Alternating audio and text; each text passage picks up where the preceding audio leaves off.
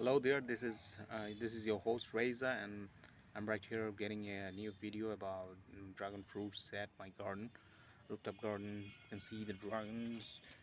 This is this is the whole dragon tree. What should I say? I don't know. But yeah, this is one is about to be planted in few days, I guess. There is one guy that got wasted, and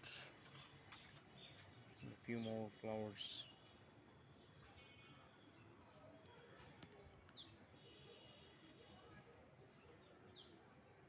You can see, right? And there's three more trees you can see.